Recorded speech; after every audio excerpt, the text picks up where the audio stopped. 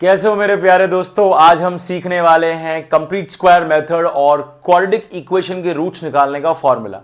इस वीडियो से पहले हमने एक वीडियो रिलीज किया था जिसके अंदर हमने sum and product formula of the roots के बारे में बात की थी। बहुत इंपॉर्टेंट था, क्वाड्रेटिक इक्वेशन क्या होती है, क्या कंडीशंस होती हैं।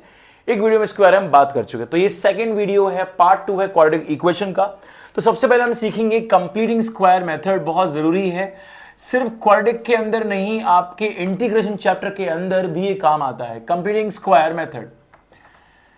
अब मैं आपको एग्जांपल से समझाता हूं और फिर इसका इस्तेमाल करेंगे हम लोग रूट्स का फॉर्मूला जनरेट करने में।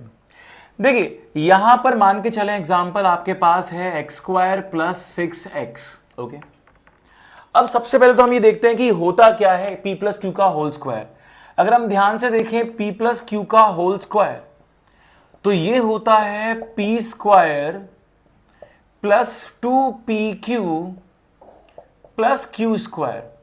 अब हमेशा आप ध्यान रखना, अपने सवाल के अंदर आपको पी स्क्वायर प्लस 2pq हमेशा आपको दिखेगा कुछ इस फॉर्म में, बस ढूंढना पड़ेगा, देखना पड़ेगा आपको ये।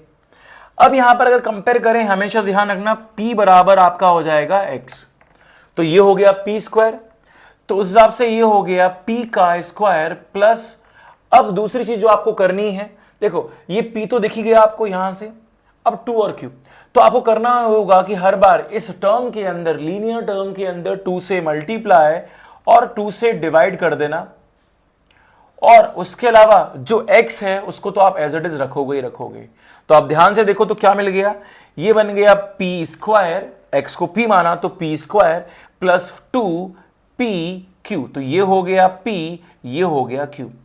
अब q स्क्वायर कभी आपको दिया नहीं जाएगा, आपको खुद से क्रिएट करना पड़ेगा।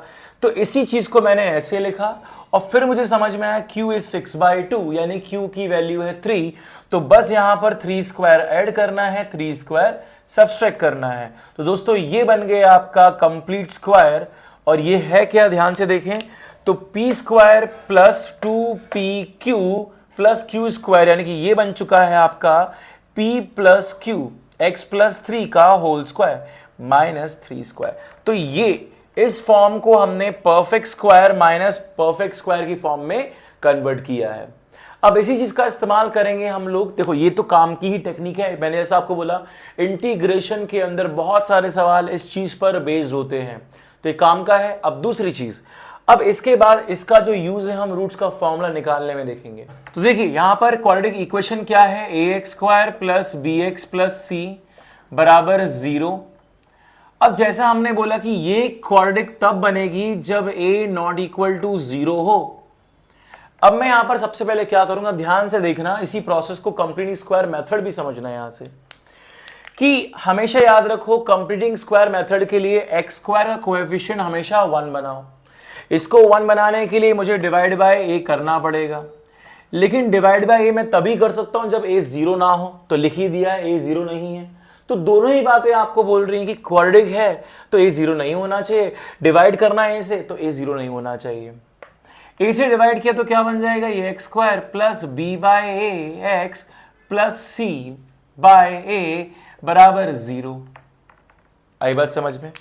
अब यहां से अपने को क्या समझना पड़ेगा कि ये जो है x को अगर मैं p मान लूं तो यहां से बन गया p स्क्वायर, ये p स्क्वायर प्लस, यहां हमेशा ध्यान रखना जो लीनियर पार्ट है इसमें 2 से ऊपर नीचे मल्टीप्लाई, तो 2 इंटू b बाय 2a, ये हो गया, और यहां पर बगल में x। अब ध्यान से देखो तो p स्क्वायर प्लस 2pq, तो ये p हमने माना, तो ये अपना हो गया q, और हमने क्या बोला था p स्क्वायर प्लस 2pq, तो आपको मिल जाएगा q स्क्वायर, आपको ऐड करना पड़ेगा। तो यहां पर मैंने q स्क्वायर ऐड किया, यानी b बाय 2a का होल स्क्वायर मैंने ऐड किया।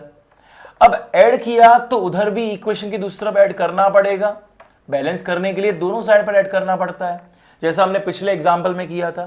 अब आप पूछोगे c बाय a का क्या हुआ, तो देखो अभी खत्म नहीं हुआ सवाल, c बाय a को मैं उधर लेकर जाऊंगा तो बन जाएगा माइनस c बाय a। बस यहां से बना p square plus 2pq plus q square, तो दोस्तों ये वाला जो पार्ट है ये बन जाएगा आपका p प्लस q, यानी कि x plus b bye 2a का होल स्क्वायर बराबर ये बन जाएगा B square by 4a² minus C by A. अब इसके आगे हम प्रोसीड करते हैं।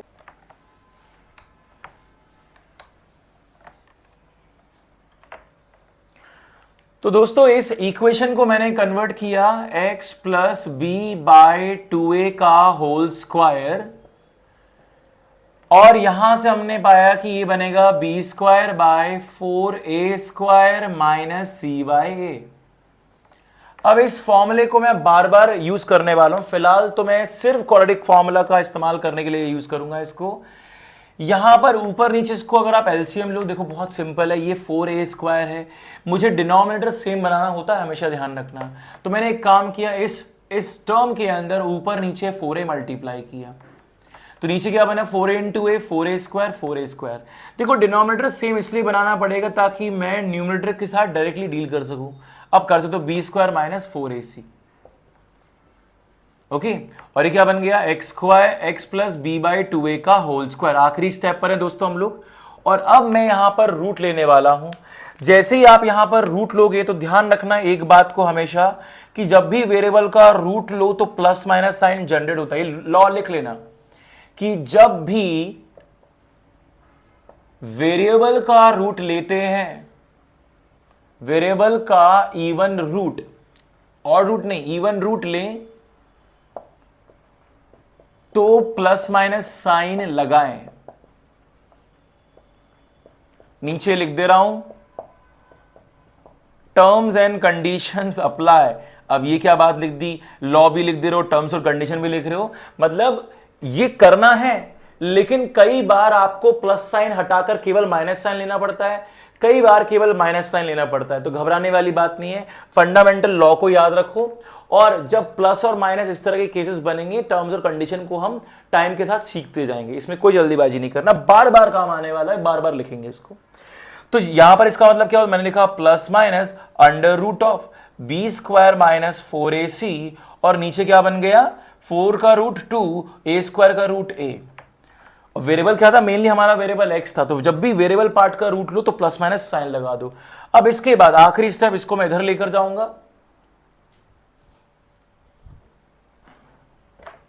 तो ये क्या बन जाएगा, देखिए ये इक्वेशन सॉल्व करने के बाद क्या बनती है। देखो जब मैं इसको सॉल्व करूंगा तो ये बन जाएगा x इज इक्वल्स टू, इसको मैं इधर लेकर गया तो बना minus b by 2a plus minus under root of b² minus 4ac by 2a। और यहां से अगर आप डिनोमिनेटर को सेम है तो डायरेक्टली कॉमन ले लोगे, तो आपके पास x की वैल्यू आ जाएगी जो इस इक्वेशन को सेटिस्फाई करती है। जो इक्वेशन को सेटिस्फाई करती है उसको रूट्स बोलते हैं, जो एक्सप्रेशन को जीरो बनाए उसको क्या बोलते हैं, ये मैं समझा चुका हूं। मैं फिर सवाल आपसे पूछ रहा हूं, जो एक्सप्रेशन को जीरो बनाए उसको क्या बोलते हैं, कमेंट बॉक्स में आप लिखोगे। जो इक्वेशन को सेटिस्फाई बनाए उसको रूट्स बोलते हैं, जो इक्वेशन को सेटिस्फाई करे उसको रूट्स बोलते हैं। तो आप सवाल का जवाब करोगे कमेंट बॉक्स के अंदर, ठीक है। सवाल क्या है फिर बोल देता हूं एक बार, जो एक्सप्रेशन को जीरो बनाए उसे क्या बोलते हैं। यहां पर रूट आ गया minus b plus minus of under root b² minus 4ac divide by 2a, इसको बोलते हैं श्री धराचार्य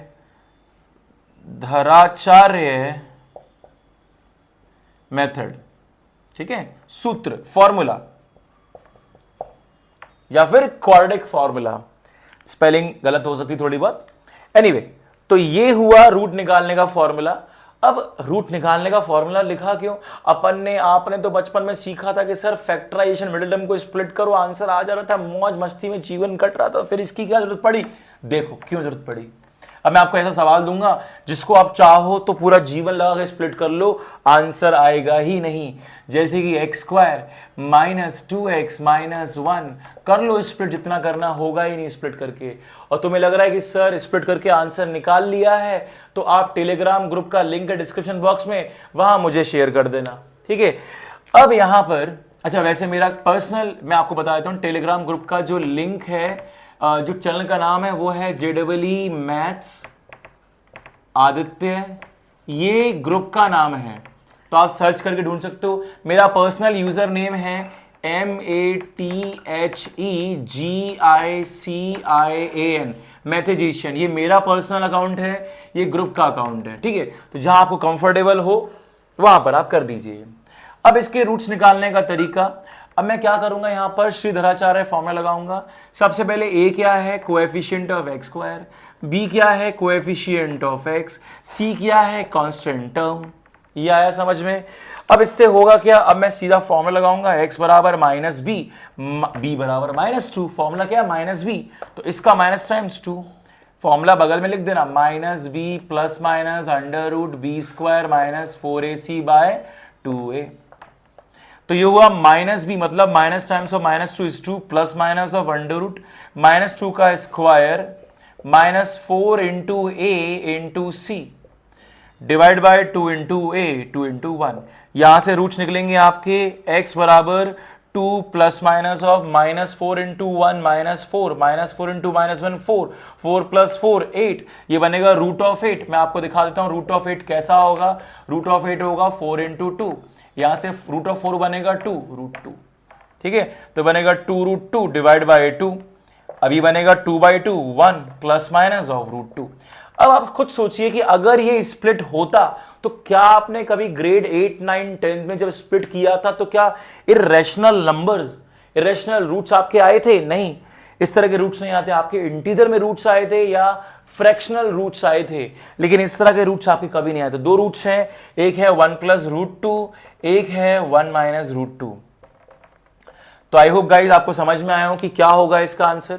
अब अगले वीडियो में, अब देखो यहां पर अगले वीडियो हम सीखेंगे, इसके ऊपर हम चर्चा करेंगे B square minus 4ac decide करता है कि किस तरह के रूट्स होते हैं, रियल, इमेजिनरी, रियल है तो इक्वल, अनइक्वल, ग्राफ कैसा बनेगा, ग्राफ का वर्टेक्स कैसा होगा, बहुत सारी बातें करेंगे। नेचर ऑफ रूट्स या फिर डिस्क्रिमिनेंट के ऊपर हम चर्चा करेंगे अगली वीडियो के अंदर। तो अभी आपका काम क्या होगा, टेलीग्राम ग्रुप को जाकर ज्वाइन करो या मुझे मैसेज कर दीजिए आप लोग। और टेलीग्राम ग्रुप पर आपके वहां एक पिन कमेंट में लिंक है गूगल ड्राइव का, जहां से आप असाइनमेंट्स डाउनलोड करके या असाइनमेंट को सॉल्व करके आप मुझसे डिस्कस कर सकते हो, जिस भी क्वेश्चन आपको डाउट हो। अच्छा, एक सवाल मन में आ सकता है कि सर क्या ये सब वीडियोस हम जो देख रहे हैं यूट्यूब पर, क्या ये सफिशिएंट है मेंस एडवांस क्रैक करने के लिए? Answer is yes.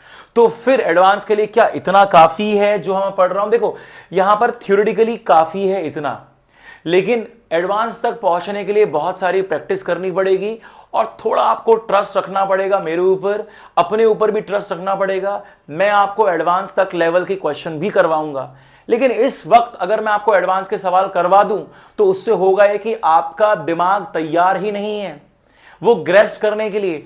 By the time आप इस वीडियो को देखते रहो, पूरे कोर्स को देखते रहो, जो काम दे रहा हूं करते रहो।